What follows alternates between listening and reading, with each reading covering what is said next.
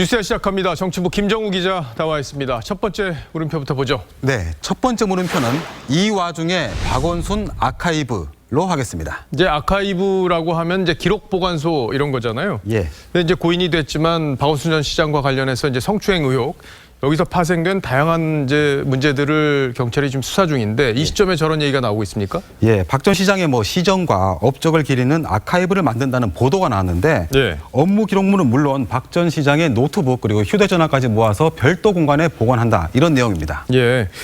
근데 이제 서울시가 성추행 피해자의 호소를 묵살해서 2차 가해를 했다 이런 논란들이 지금 벌어지고 있는데 예. 서울시가 어쨌든 저런 기록 보관소를 만든다는 거는 분명한 건가요? 예, 일단 서울시는 업적을 기리는 건 아니다 이런 취지로 해명을 했습니다. 예.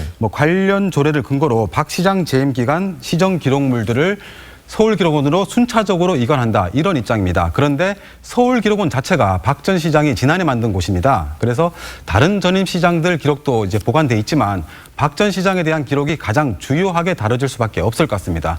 개원 당시 박 시장이 발언한 그 말 한번 보겠습니다. 예. 예.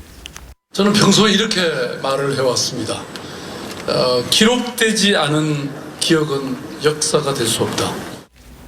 그러니까 업적을 칭송하는 게 목적이 아니라 이제 사료로서 가치가 있는 것들을 보관하는 거라면 문제가 이제 없을 텐데 예. 자 이제 이번 사건에 대처했던 서울시의 행정 패턴을 보면은 저런 해명을 액면 그대로 믿어야 될지 모르겠습니다. 예, 그 박 전 시장은 성평등 관련 시설을 만드는 데도 적극 역할을 해야 하는데 그 서울 동작구에 성평등 도서관이라고 있습니다. 거기에 성평등 아카이브를 만들었는데 변호사 시절 담당했던 각종 성희롱 소송 자료도 전시가 됐다고 합니다.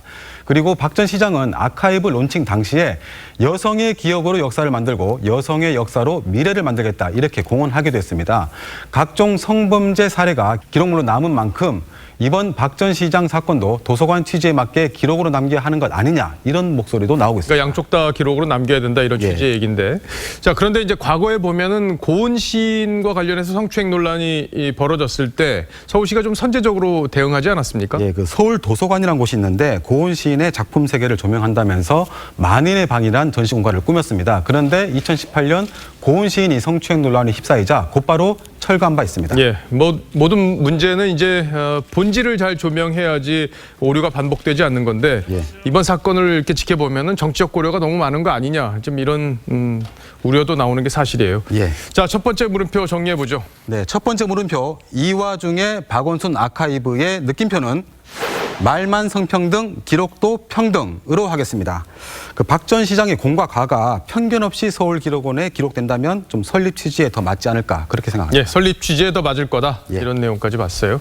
자, 두 번째 물음표로 가보죠. 예, 두 번째 물음표는 총선 민심 백일천하로 하겠습니다. 예, 지난 총선에서 이제 민주당이 180석을 얻었는데 압승을 했죠 한마디로. 예. 근데 이제 그저께가 총선 딱 100일이 아니었습니까? 예, 그때 마침 여론조사 결과가 딱 나왔는데 예. 서울과 부산 등 시장을 새로 뽑는 내년 재보선에서 야당이 당선돼야 한다는 응답이 여당을 앞지른 결과가 나와서 아주 관심을 모았습니다. 예. 그래서 100일 전 총선 때와는 분위기가 좀 달라진 건데요. 특히 그 성추행 논란으로 그 시장이 낙마한 서울과 부산으로 대상을 좁히면 예. 야당 우세가 더욱 두드러집니다. 그렇군요. 근데 하나의 여론조사를 가지고 일반화하기는 좀 어려울 텐데 이제 지난 100일 사이에 여당에 이제 악재가 될 만한 일들이 많이 벌어지긴 했어요. 예, 그 박원순, 오고돈 두 시장의 성추행 논란으로 아마 이제 내년 재보선이 양대 도시에서 치러지게 된 측면이 있는 만큼 민주당에서는 그 책임론에서 자유롭지가 않습니다. 그래서 여기에다가 최근 정부 여당의 부동산 정책 실패 논란이 기름을 부으면서 대형 악재가 된 셈입니다. 예, 이제 부동산 문제가 단순히 부동산 가격이 오른 문제뿐만 아니라 이제 증세 논란으로까지 이어지면서 이제 여당으로서 상당히 곤혹스러운 상황이 된 것 같기도 하고요. 예.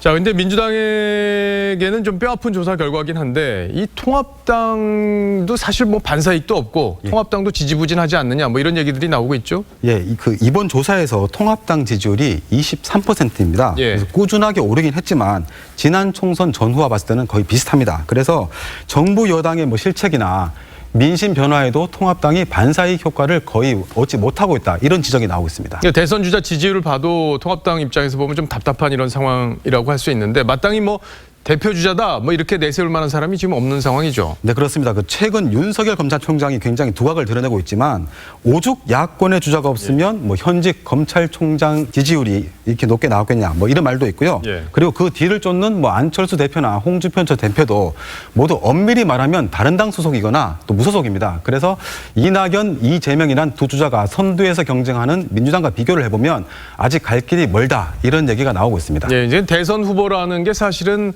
뭐 이게 하루아침에 만들어지는 게 아니기 때문에 이제 대선까지 남은 기간이 1년 8개월인가요? 예. 아직까지 시간이 뭐 많다고 볼 수도 있고 또 얼마 안 남았다고 볼 수도 있는데 야당 입장에서 상당히 답답하겠습니다. 자, 두 번째 물음표도 정리해 보죠. 예, 두 번째 물음표 총선 민심 백일천하의 느낌표는 야 이대로면 여 만일천하로 하겠습니다. 만일천하요. 예, 이해찬 대표가 보시다시피 20년 집권하겠다고 했는데 그래, 만일을 계산해 보면 27년쯤 나옵니다. 27년이요? 예. 예, 만일. 예.